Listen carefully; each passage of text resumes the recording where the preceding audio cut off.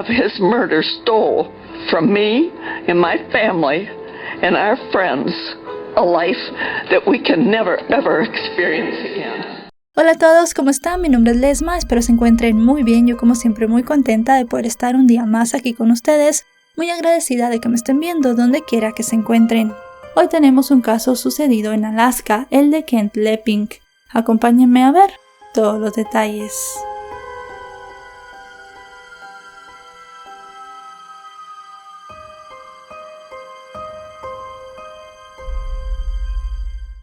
Michelle Hughes, conocida como Michelle Linehan, nació el 12 de octubre de 1972 en Luisiana, Estados Unidos. No se encontraron registros de quiénes fueron sus padres ni de su infancia. Solo se sabe que a los 16 años dejó su ciudad natal para irse a Nueva York a dedicarse al modelaje. Sin embargo, tras varios años de intento, su carrera como modelo no rindió frutos, y a los 21 años hizo sus maletas y se mudó a Alaska, con la idea firme de conseguir un trabajo para poder costearse sus estudios universitarios. La chica quedó fascinada con el lugar, pues le gustaba estar al aire libre y también era amante de los animales. En este nuevo paraíso para ella consiguió trabajo como bailarina exótica en un club, donde al poco tiempo se convirtió en una de las chicas más cotizadas del lugar, llegando a percibir entre $1,000 y $3,000 cada noche. Con este ritmo, en apenas unos meses logró reunir dinero suficiente para dar el pago inicial de una casa en Anchorage. Pero su éxito no era precisamente por sus dotes de bailarina, pues a decir verdad no tenía mucha gracia, pero era muy coqueta y sabía cómo envolver a los hombres para obtener lo que quería. Y fueron precisamente estos atributos los que hicieron que un tímido pescador llamado Kent Leping, de 35 años, quedara totalmente enganchado con ella una noche de octubre de 1994, cuando llegó al club buscando un poco de diversión. De Kent se sabe que nació el 6 de septiembre de 1959 en Greenville, Michigan, y pertenecía a una familia adinerada. Sus padres, Betsy y Kenneth, se casaron el 8 de mayo de 1955 y tuvieron 3 hijos más llamados Craig, Kelly y Laura. Betsy vivió su caminar cristiano enseñando en la escuela dominical y participando en viajes de misioneros nacionales e internacionales, muchos con el grupo nómada de la Iglesia Metodista Unida. Por su parte, Kenneth fue un conocido empresario y dueño de una cadena de supermercados en el Medio Oeste. Después de jubilarse, la pareja viajaba a menudo a otros países y también por todo Estados Unidos, desarrollando un amor particular por Alaska, a donde se mudó Kent luego de ser despedido por malversar alrededor de $100,000 del negocio familiar. Sus padres esperaban que el cambio fuera un nuevo comienzo para él, ya que desde joven solía meterse en problemas, pues tenía una vena impulsiva que lo hacía perder los estribos con facilidad. Una vez instalado en Alaska, Kent comenzó a trabajar como tripulante en un barco de pesca, pero luego con el dinero de su padre compró su propia embarcación. Pensó que en esa ciudad podía romper con su pasado, y cuando conoció a Michelle creyó que había encontrado su futuro. Rápidamente se convirtió en uno de los mejores clientes de la chica, y en un mes ya estaban hablando de matrimonio. Él incluso le compró un gran anillo de compromiso. Sin embargo, esta relación de dos pronto se convirtió en un trío, cuando Michelle también se comprometió en secreto con otro hombre llamado Scott Hickey, un vendedor que también había conocido en el club. A pesar de que este sujeto no tenía dinero, a menudo la llevaba de viaje usando millas de viajero frecuente, y pasaban mucho tiempo juntos. La joven se las ingenió para estar con ambos pretendientes y sacarles el mayor partido posible sin que ninguno sospechara de la relación que el otro tenía con ella, ya que se había encargado de decirle a cada uno que el otro era homosexual. Cuando los padres de Kent conocieron a Michelle, él no les dijo que era bailarina exótica. Durante el encuentro, Betsy notó que la joven no parecía estar muy enamorada de su hijo y sospechaba que había otros hombres en su vida. Su intuición de madre en este caso no estaba equivocada. La chica mantuvo a Kent y a Scott bajo engaño durante más de un año. Las cosas se complicaron en junio de 1995 con la llegada de un tercer hombre llamado John Carlin III, un viudo oriundo de Nueva Jersey que llegó a Alaska con su hijo adolescente luego de que su esposa falleciera de cáncer. Al igual que con los otros 2 hombres, Michelle logró envolverlo en sus redes, y en agosto de ese año, luego de que la chica le dijera que debía hacer unas remodelaciones en su casa, este le ofreció que se mudara con él.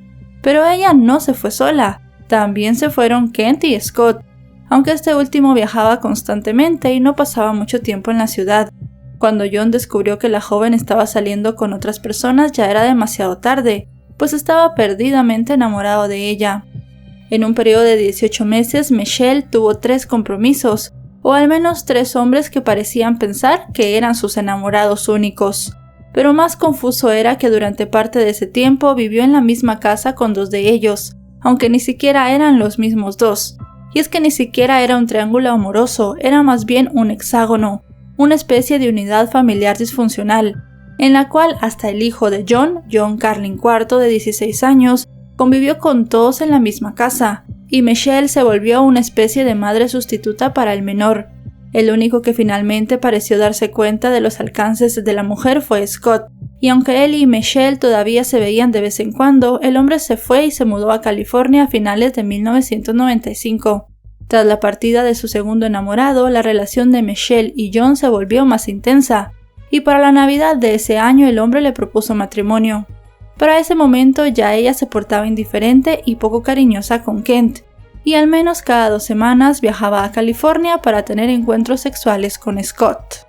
Pese a esto, Kent estaba muy enamorado, o podemos decir que un tanto obsesionado con Michelle, y continuó adelante con los planes de boda de los cuales habían hablado cuando se conocieron en el club. Para febrero de 1996, ya la pareja tenía una cuenta en común, y Kent había cambiado su testimonio colocando a Michelle como única heredera, e incluso sacaron pólizas de seguro de vida de $1 millón nombrándose beneficiarios el uno del otro. Cuando Kent le contó a sus padres sobre esto, ellos le dijeron que les parecía una locura y que debía cancelar todos esos trámites.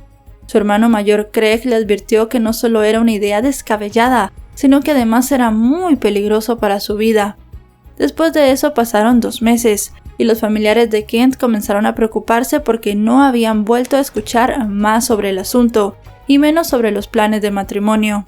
Ya el 26 de abril, el padre de Kent viajó hasta Anchorage para averiguar qué ocurría, pero al llegar se encontró con que Michelle se había ido, y su hijo estaba totalmente descontrolado porque no sabía dónde estaba.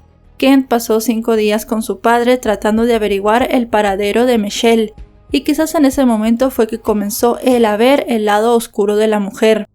El 2 de mayo de 1996, cuando el padre de Kent regresó a su casa, fue recibido por su esposa con un sobre cerrado que su hijo le había enviado luego de dejarlo en el aeropuerto. El paquete contenía 2 cartas. La primera era una nota breve, en la cual les decía que si sucedía algo malo debían abrir la segunda carta. Al leer eso, su madre preocupada dejó encima de la mesa el sobre y llamó a su hijo, pero no obtuvo respuestas. La segunda carta sería una pista crucial que se utilizaría más adelante para resolver todo este caso. Ese mismo día, un equipo de servicios públicos que conducía un camión en un sendero cerca de una torre de microondas remota, a unos 145 kilómetros al sur de Anchorage, vio algo rojo en el camino y se detuvo. Al acercarse, los trabajadores vieron tirado el cuerpo de un hombre con una chaqueta roja e inmediatamente dieron parte a las autoridades. 1 hora después, el lugar se llenó de policías que acordonaron el área y comenzaron las pesquisas. El sargento Steve DeHart fue uno de los primeros en llegar a la escena, en compañía del investigador Ron Belden.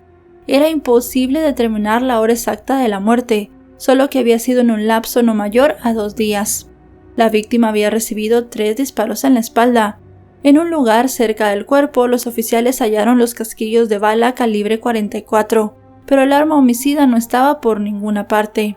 Los peritos también hallaron 2 pares de huellas distintos, los cuales presumían que eran de la víctima y de su asesino.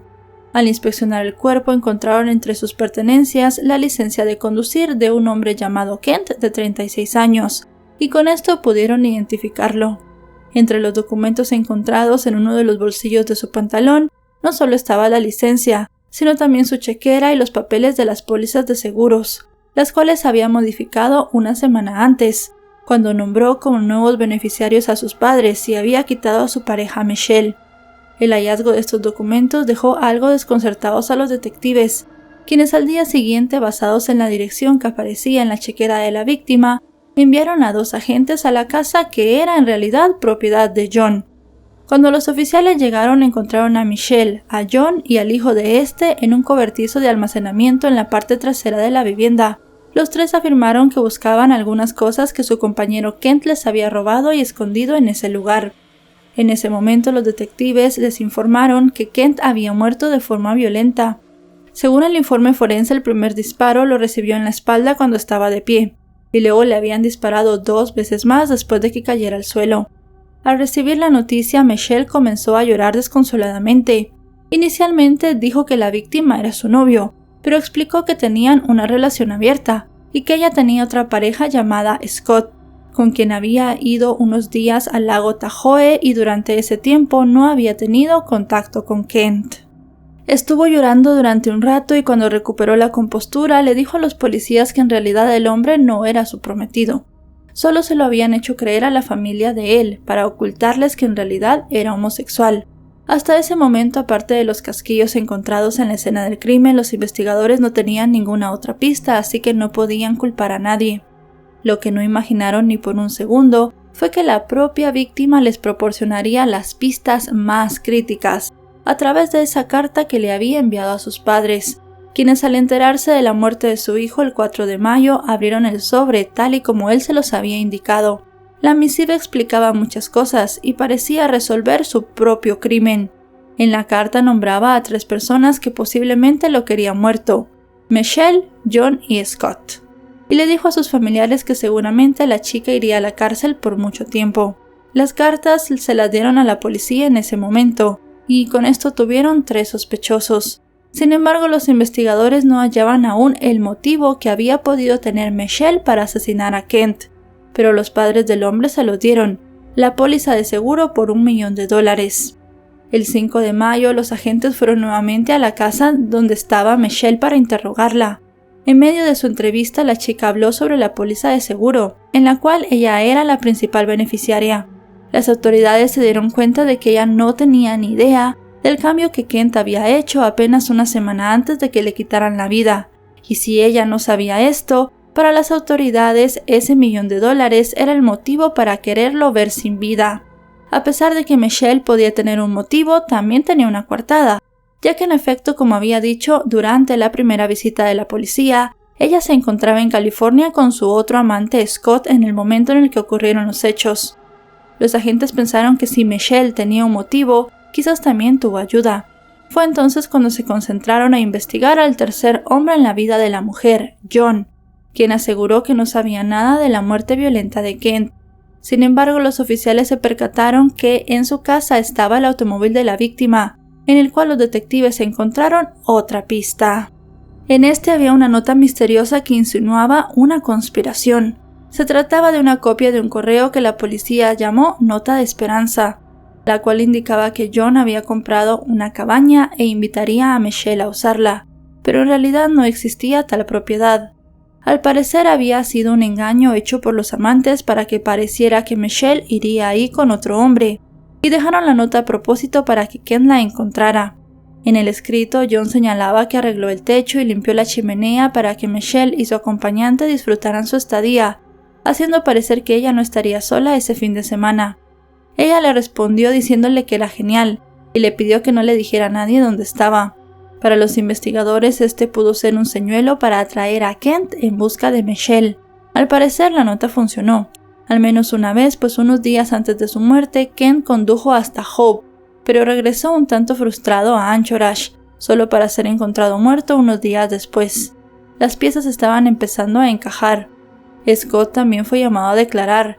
Al hombre le sorprendió ser un sospechoso, pues no estaba en Alaska en el momento del crimen. A pesar de que dijo no haber disparado en contra de Kent y fallar en el polígrafo, las autoridades pensaron que la prueba pudo haber salido mal. Y aunque pareciera que Scott también había jugado un papel en la historia al servirle de coartada a Michelle, la policía llegó a la conclusión de que no estaba involucrado en el plan y fue descartado del caso. En junio, la policía estatal se acercó a lo que creían era el arma homicida. Las balas recuperadas durante los análisis forenses del cuerpo de Kent proporcionaron pistas cruciales sobre las características del armamento, el cual, según las pesquisas, era una pistola calibre 44 llamada Águila del Desierto, que tiene su origen en Israel. El 29 de junio, los oficiales interrogaron nuevamente a John con relación al arma, pero este negó tener una de ese calibre. Pero los agentes no le creyeron, y el 19 de julio registraron su casa con una orden de allanamiento. Durante la inspección, los oficiales incautaron las computadoras portátiles de John y Michelle, así como algunas armas, pero ninguna era la que se había utilizado para asesinar a Kent. Lo que sí encontraron fue una funda vacía, lo suficientemente grande como para guardar una pistola parecida al arma homicida. En las computadoras incautadas, los detectives hallaron muchos correos entre la pareja, pero hubo uno en particular que Michelle le envió a John pocos días antes de quitarle la vida a Kent, en el cual le sugería que había una pequeña cadena de islas ubicadas frente a la costa africana llamadas Seychelles, las cuales podían ser un refugio seguro de la ley, pues allí podían comprar una ciudadanía por $10,000, y sin importar el delito que cometieran, no los extraditarían. Sin embargo, esto no fue suficiente evidencia para acusar a John de asesinato, y mucho menos a Michelle. Aunque la policía en ese momento tenía la póliza de seguro, las cartas de Kent, los correos y muchas otras pistas más, los investigadores no tenían testigos, ni arma, ni evidencia directa, por lo que la fiscalía no pudo presentar cargos. Aunque la investigación nunca se cerró oficialmente, con el tiempo los detectives a cargo, entre ellos Linda Branchflower, fueron trasladados fuera del área y la investigación se estancó. Michelle y John eran libres de irse de Alaska, lo que hicieron a poco tiempo, pero de manera separada. Scott, por su parte, se quedó en California y se reconcilió con su esposa, mientras que John se fue a Nueva Jersey con su hijo. Ninguno se casó con Michelle, quien regresó a Nueva Orleans, estudió biología y psicología en la Universidad de Loyola y obtuvo una maestría en administración pública. Finalmente, la chica se instaló en Olympia, en el estado de Washington, donde más tarde conoció a un joven médico llamado Colin Linehan, con quien se casó en la primavera de 1998, y luego de un año de matrimonio tuvieron una hija. Colin trabajaba asignado al Centro Médico del Ejército de Madigan, en la base conjunta Lewis McCord, cerca de Tacoma, Washington, como parte de la reserva del ejército. La nueva vida de Michelle era la definición de lo normal. Asumió el papel de una ama de casa abnegada, asistía a las reuniones en el colegio de su hija y participaba en los eventos organizados por su comunidad y hasta acudía a la iglesia. Nadie en su nuevo vecindario sospechaba siquiera su pasado como bailarina, y mucho menos que había sido señalada como la principal sospechosa de la muerte de alguien. Durante 8 años parecía que la parte que había vivido de su vida en Alaska estaba olvidada, hasta que nuevamente una evidencia trajo su pasado de vuelta para atormentarla. Para el año 2004, los expedientes del asesinato de Kent fueron desempolvados y reasignados a la unidad de casos no resueltos del estado. La nueva investigación estaba a cargo del detective Jim Stoddill y contó con la ayuda del detective que tuvo el caso en 1996. Esto le dio una esperanza a los padres de Kent, de ver a la persona que le había quitado la vida ser llevado ante la justicia. Ellos estaban convencidos de que Michelle y John habían conspirado para quitarle la vida al hombre. La agente Linda comenzó a revisar las computadoras viejas incautadas en la investigación original. Pese a que muchos de los correos electrónicos se habían eliminado en ese entonces, los investigadores pudieron restaurarlos y recuperar escritos entre Michelle con sus 3 enamorados, que describían aspectos diferentes de cada relación. Aunque hubo decenas de correos tontos y sin sentido, algunos resultaron interesantes para los investigadores. Un intercambio de comunicaciones entre Michelle y Kent decía que él no debía preocuparse por John. Para ella el hombre era como un hermano o incluso como un padre. Pero en otro correo enviado a John, la chica le decía que él era lo más importante de su vida. Para el fiscal especial Pat Gulufsen, estos escritos mostraban lo manipuladora que era la chica. Pero la manipulación y el quitarle la vida a alguien eran 2 cosas diferentes. Los investigadores decidieron que los correos electrónicos eran un muy buen comienzo, pero no lo suficientemente sólidos como para presentarse en un caso en los tribunales. Necesitaban que el arma apareciera. Sabían por las marcas que era una arma inusual. En medio de las pesquisas, los nuevos detectives se dieron cuenta que en la investigación original no habían entrevistado a todos los involucrados, entre ellos el hijo de John, quien quizá era una pieza clave en el caso, ya que había tenido un asiento en primera fila en el triángulo amoroso de Michelle, su padre y su compañero. Sin embargo, en el momento en que ocurrieron los hechos, su padre se encargó de mantenerlo protegido y alejado de la policía porque era menor de edad. Los investigadores rastrearon al joven, quien para ese momento ya tenía 24 años, y dieron con su ubicación en Seattle en 2005. Pese a que en un comienzo de la entrevista el chico se sentía incómodo y molesto, pues estaba a punto de delatar a 2 personas que le importaban, luego mostró información relevante para el caso. Señaló que por aquellos días su padre había comprado una pistola grande en un aviso clasificado del periódico. Recordó que después de la muerte de Kent vio a su padre y a Michelle en el baño, lavando un arma negra con una especie de químico que parecía ser lejía. Durante su interrogatorio, el muchacho dijo que estaba seguro que su padre no estuvo involucrado en la muerte de Kent, pero los agentes no tenían dudas de que sí había jugado un papel importante en el asesinato, y que además no lo había hecho solo. Con la nueva pista, revisaron los clasificados de los diarios de la época, y hallaron uno de enero de 1995, en el cual un hombre vendía un arma como la que ellos estaban buscando. Tras hacer el rastreo, las autoridades dieron con el vendedor, quien dijo que no recordaba al comprador, pero sí cuál era la casa del sujeto. También comentó que había una estantería empotrada en la pared que le impresionó. El oficial le mostró al hombre una funda vacía que había encontrado en casa de John en 1996, y el vendedor confirmó que pertenecía a la pistola que él había puesto en venta. Fue así como el 13 de mayo de 2005 los investigadores de Alaska fueron hasta el estado de Washington, esta vez a Olympia, y llamaron a la puerta donde vivía Michelle con su nueva familia. La mujer se comportó de manera amable, y luego de ofrecerles una taza de café a los oficiales, dijo que estaba dispuesta a cooperar para poder esclarecer todos los hechos, e incluso dio algunas hipótesis sobre lo que pudo haber ocurrido, en las cuales se señalaba a John como uno de los presuntos responsables. A pesar de esto, los detectives la consideraban a ella como una sospechosa, pues había sido mencionada en la carta escrita por Kent a sus padres. La respuesta a todo llegó el 28 de septiembre de 2006, una década después del crimen, cuando un jurado de Alaska emitió 2 acusaciones, una contra John y otra contra Michelle, por haberle quitado la vida a Kent. El hombre se entregó el 2 de octubre, mientras que 2 días después, la joven junto a su nuevo esposo acudió al tribunal, donde se declaró inocente y luego de pagar una fianza regresó con su familia a Washington, donde se prepararía para dar su pelea en la corte, pues para ella eran pocas las pruebas que había en su contra.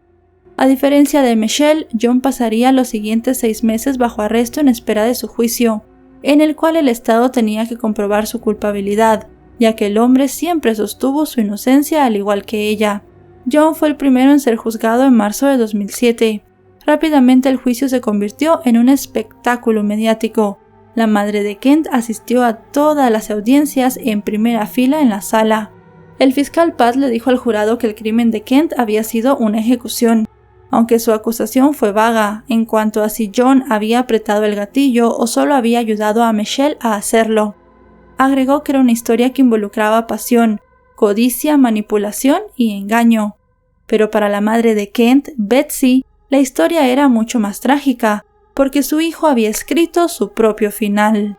Y es que aunque Kent había nombrado en esta carta a John como uno de sus probables asesinos, los abogados defensores Marcy McDaniel y Sidney Valinglesa basaron su defensa en arrojar sospechas sobre cualquiera menos su cliente, e incluso sugirieron que el mismo hijo de John pudo haber tenido una relación con Michelle y haber cometido el crimen orquestado por ella.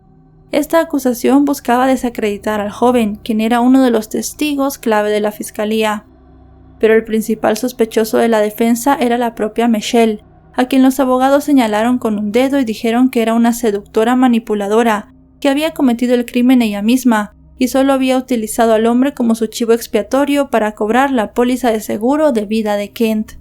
Por su parte, la acusación señaló que tanto John como Michelle habían planeado todo, y para ello mostraron como prueba el correo con el que supuestamente habían llevado bajo engaño a Kent hasta una cabaña para luego quitarle la vida.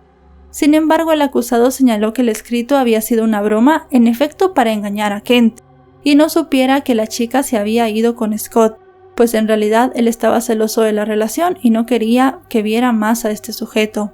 John dijo al tribunal que Michelle era la que había asesinado a Kent. Sin embargo, su defensa alegó que ella estaba en California cuando ocurrieron los hechos. Durante el juicio, la fiscalía llamó a declarar al detective que manejó el caso, quien señaló que los correos enviados entre la pareja probaban que el acusado había hecho mucho más por Michelle que escribir una simple nota. Leyó parte de uno de los escritos, en los cuales John le decía que él haría cualquier cosa por ella, incluso dar su vida. Mientras daba su testimonio en el banquillo de los testigos, la oficial agregó que basados en los escritos, el hombre estaba dispuesto incluso a matar por Michelle. También se refirió al correo donde hablaban sobre las islas africanas que servirían como un refugio seguro de la ley. Sin embargo, los abogados defensores aseguraron que la mayoría de correos eran ambiguos e incluso mostraban que su cliente y la víctima eran cercanos. La defensa estaba a punto de enfrentarse a un testigo potencialmente devastador, el hijo de John, que de mala gana subió al estrado el 14 de marzo y testificó en contra de su padre, dando detalles de la noche en los que encontró a Michelle y a él con la posible arma homicida en el baño. Tras rendir sus declaraciones, el chico sintió que estaba traicionando no solo a su padre, sino a él mismo, y esperaba que pudiera salir bien librado del juicio. Aparentemente, el joven no entendía completamente el impacto que tendría su testimonio en el caso de su padre. Durante los alegatos finales, la fiscalía dio su versión de cómo habían sucedido los hechos. Según el relato, ese día, con Michelle fuera de la ciudad, John llevó a Kent bajo engaño a Hope, donde supuestamente ella iba a estar con el otro hombre, y ahí le propinó el primer disparo en la espalda. Cuando él ya estaba indefenso, le efectuó los 2 disparos restantes y dejó abandonado el cuerpo. Posteriormente fue a la casa, y cuando Michelle llegó de su viaje, juntos trataron de deshacerse de la evidencia que había en el arma. Sin embargo, la defensa señaló que si el hombre había ayudado a lavar la pistola, lo había hecho solo para limpiar los desastres que había hecho Michelle. Después de casi 4 días, el 3 de abril de 2007, los miembros del jurado llegaron a un veredicto y declararon a John Carlin III culpable de los cargos de asesinato en primer grado. Meses después, en la audiencia de sentencia, la madre de Kent tomó la palabra y habló sobre el infierno en el que se había convertido su vida y la de su familia luego del crimen. Durante su corta intervención le suplicó al juez la máxima pena para John, pues le había arrebatado a uno de los seres que ella más amaba. Kent's death was the most hell-like experience of my life. The act of his murder stole from me and my family and our friends a life that we can never ever experience again. Finalmente, el hombre fue condenado a una pena de 99 años de prisión, siendo elegible para la libertad condicional en 2041. El juez señaló de que no tenía dudas de que el crimen había sido planificado y por eso le impuso la máxima sentencia. De vuelta en Olimpia, los amigos y allegados de Michelle luchaban por aceptar que la madre, empresaria y esposa devota que conocían tuviera un pasado tan sórdido. En una entrevista, su esposo Colin dijo conocer todo sobre el pasado de Michelle y que su trabajo como stripper había sido circunstancial para ahorrar dinero para la universidad, y por eso no la juzgaba. En cuanto a todos los novios que había tenido, entendía que ella tuvo relaciones con los 3 en un momento dado, pero con el único que aceptó realmente casarse había sido con Scott, y que los otros 2 malinterpretaron las cosas. El 20 de septiembre de 2007 inició el juicio de Michelle, en el cual la fiscal debía convencer al jurado de que la mujer fue la mente maestra y el cerebro detrás del crimen. Si podía probar esto, entonces bajo la ley de Alaska, ella sería culpable de asesinato como si hubiera dado el tiro fatal. La fiscalía explicó que en su caso no había ADN como evidencia porque ella no había apretado el gatillo, pero había buscado a alguien para que hiciera el trabajo sucio, y había encontrado al hombre que estaba dispuesto a hacerlo, el cual ya había sido condenado. Se le acusó de conspirar con John para matar a Kent, para poder cobrar la póliza de seguro de vida, pues ella no sabía que el hombre había cambiado a los beneficiarios apenas unos días antes de su muerte. Durante el debate, la acusación llamó a casi los mismos testigos que en el juicio de John. La evidencia fue muy similar: el seguro de vida, la nota, el correo de las islas africanas y el lavado del arma. Los abogados defensores Wayne Frick y Kevin Fitzgerald temían que el pasado de Michelle como stripper nublara un poco el veredicto del jurado, por lo que trataron de resaltar el cambio que había hecho y que era una madre y esposa abnegada en la actualidad. Sin embargo, para mantener el foco en el pasado de Michelle, la fiscalía subió al estrado a una ex bailarina exótica y amiga de la acusada desde hacía 11 años. La testigo llamada Laura Aspiotis habló sobre una película llamada La Última Seducción del año 1994.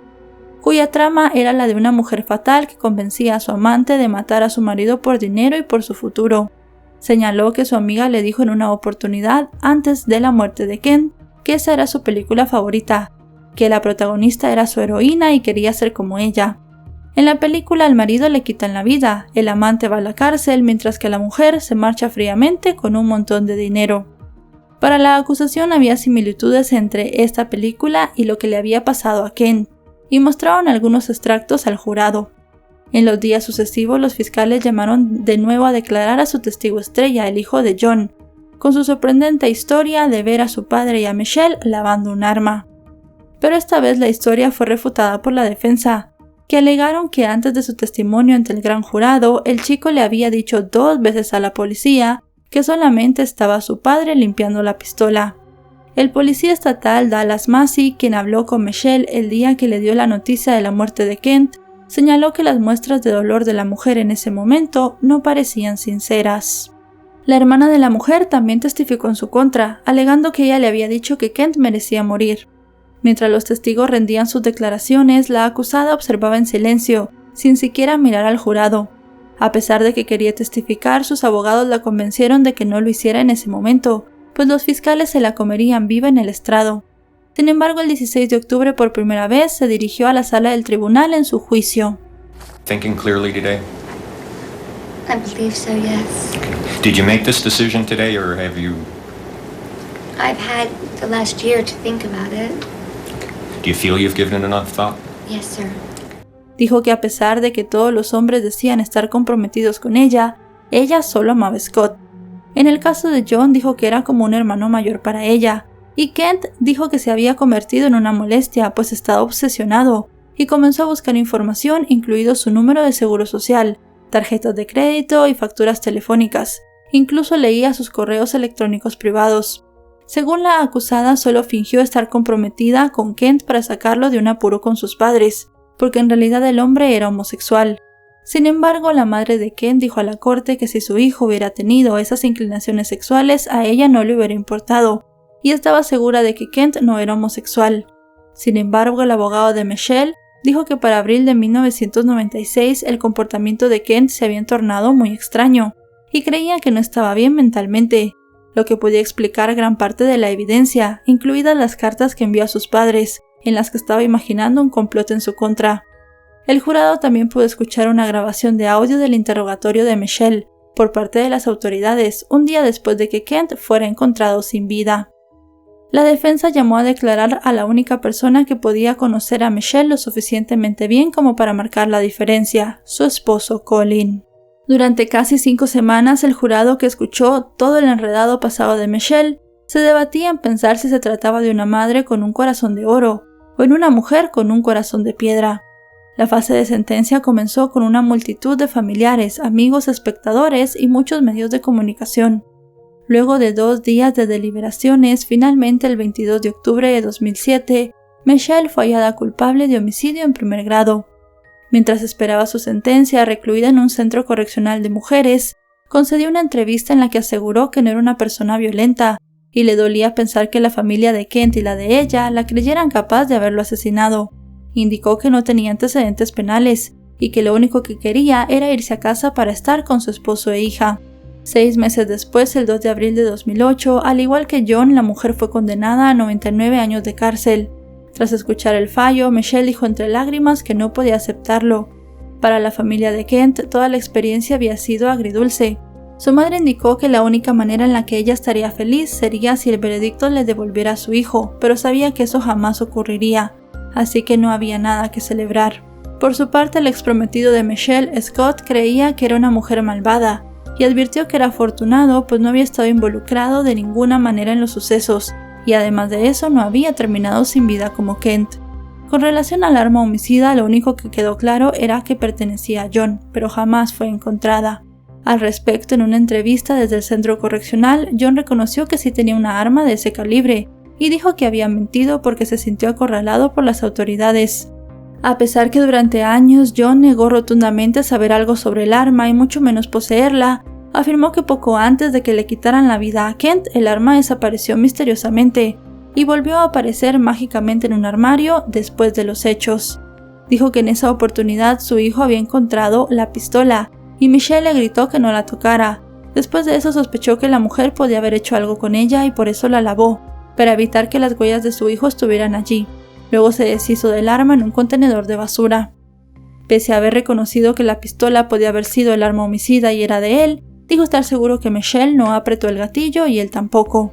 Mientras estuvo recluido en prisión, John no fue un recluso fácil, pues constantemente generaba peleas con otros presos que terminaban de manera violenta, por lo que fue aislado y puesto en una custodia de protección. Sin embargo, tan pronto como regresó a la población penal, al parecer otro recluso lo golpeó salvajemente hasta quitarle la vida, y fue hallado muerto dentro de su celda el 27 de octubre de 2008. Debido a que previo a su fallecimiento su abogado había presentado una apelación para revocar su condena, la corte anuló su sentencia el 12 de diciembre de ese mismo año. Después de esto, su hijo demandó al estado de Alaska por homicidio culposo y obtuvo un acuerdo de $160,000. Mientras los familiares lamentaban la muerte, la familia de Michelle había contratado a 2 de los mejores abogados de Alaska para manejar la apelación. Colin se esforzaba por mantener unida a su familia con llamadas telefónicas diarias y volando hasta Alaska para visitar a Michelle con su hija. El hombre tenía puestas todas sus esperanzas en una eventual apelación. Según los documentos presentados por la defensa, el juez de primera instancia había permitido evidencia inapropiada en el juicio, incluyendo el testimonio sobre la película, además de la carta que Kent había enviado a sus padres en la cual inculpaba a Michelle, impidiendo que la defensa pudiera contrainterrogar sobre dicho escrito. Más de 2 años después, Michelle finalmente ganó la pelea. El 5 de febrero de 2010, la Corte de Apelaciones de Alaska anuló su condena, tras concluir que había sido inapropiado por parte del tribunal que se permitieran en el juicio las 2 pruebas de las que ya hablamos con anterioridad. El juez señaló que según su percepción, el caso de Michelle había sido construido sobre la base de la condena de John, y eso podía afectar la decisión del jurado. Aunque los fiscales dijeron que volverían a juzgarla, un veredicto de culpabilidad era menos probable, pues en el juicio no podían mencionar que John alguna vez fue condenado. Dado que el caso contra Michelle parecía más débil, la jueza consideró que ya no había riesgo de fuga, por lo que el 28 de abril fijó una fianza de comparecencia de $25,000. Después de pasar 2 años y medio en prisión por una condena desestimada, la mujer fue liberada bajo fianza el 11 de mayo de ese año, luego de que un empresario de la costa llamado Brian Watt, director financiero de Pensilvania, pagara su fianza. Según las declaraciones dadas por el benefactor, había colaborado con el pago porque creía en la inocencia de la mujer y dijo que no esperaba nada a cambio. No quiso dar demasiados detalles sobre sí mismo, solo dijo que se ganaba la vida construyendo modelos predictivos del comportamiento del consumidor, y su conclusión era que Michelle era inocente. Refirió que no conocía a la chica ni había estado en Alaska, pero se interesó en el caso después de ver un programa de televisión al respecto. Las condiciones de la fianza establecían que Michelle debería permanecer en el área de Anchorage y estar bajo arresto domiciliario hasta su nuevo juicio. Solo podía salir 2 veces a la semana durante 4 horas, y no podía regresar a su casa en Olympia, además de que debía de usar un monitor de tobillo. Por primera vez en 2 años y medio, la mujer estaba en el camino hacia lo que esperaba fuera el comienzo de una nueva vida, aunque le preocupaba que su libertad fuera fugaz. Mientras ella soñaba con su libertad, la familia de Kent rezaba por otro veredicto de culpabilidad. A pesar de la frágil salud del padre del hombre, viajaron hasta Alaska para el próximo juicio, que se había fijado para septiembre de 2011, aunque hubo algunos retrasos para darle tiempo al nuevo equipo de defensa de Michelle para prepararse. Finalmente, el 13 de diciembre de 2011, el juez del Tribunal Superior de Anchorage, Philip Boland, desestimó la acusación de asesinato contra Michelle y fue liberada a sus 37 años. El 6 de agosto de 2012, los fiscales de Alaska se dieron por vencidos ante la falta de pruebas en su contra y anunciaron que no volverían a acusarla. El asesinato de Kent fue reseñado en varios programas de televisión. Luego de todo el escándalo, Michelle trató de volver a la vida como la conocía en el estado de Washington, pero hoy ella y Colin viven separados, aunque trabajan juntos en una clínica de cuidado de la piel que ella dirige en Tacoma, y comparte junto a su hija de 24 años. El padre de Kent murió en 2014, y su madre Betsy también dejó este mundo el 17 de julio de 2021 a la edad de 86 años. Hasta el último día de su vida, la mujer visitaba Alaska. Decía que era el lugar donde se sentía más cerca de su hijo, y luchaba constantemente con la sensación de que nunca hubo justicia por su muerte. Aunque no se supo nunca quién apretó el gatillo que le quitó la vida a Kent, Lo que sí quedó claro es que todo pasó en un juego de seducción, celos y codicia, generado por Michelle, que creó un ambiente tóxico que finalmente desencadenó el crimen que acabó con una vida. Como dijo el juez que dictó su primera sentencia, no había ninguna diferencia entre el títere que había apretado el gatillo y el titiritero que había movido los hilos. Y bueno, chicos y chicas, hasta aquí el video de hoy. Como siempre decimos, un caso muy lamentable, se perdió una vida. Un hombre que pues al final se obsesionó con Michelle, y una mujer realmente manipuladora, una mujer que sabía cómo tratar a las personas, cómo hacer que los hombres hicieran lo que ella quería, y bueno, terminó todo en un asesinato realmente por una fuerte cantidad de dinero que al final ella ni siquiera recibió porque no sabía que Kent había cambiado su póliza de seguro a nombre de sus padres. Una persona quedó en la cárcel, que terminó perdiendo la vida en la cárcel, y hay muchas preguntas en el aire que jamás se van a responder. Porque Michelle ya no será acusada, ella ya está libre, está viviendo su vida. Algo muy triste para Kent y su familia porque se siente como que no hubo justicia para ellos. Si este video les ha parecido informativo, recuerden dejarle un me gusta, recuerden suscribirse si no lo están, actualizo 3 o 4 veces por semana, y si están suscritos les llegará una notificación cada vez que yo suba un video. Me pueden seguir en mis otras redes sociales, también subo de este mismo tipo de contenido, aparezco como LesmaVR en Facebook, Twitter, Instagram y TikTok. Ahora sí, nos vemos hasta otro caso. Adiós.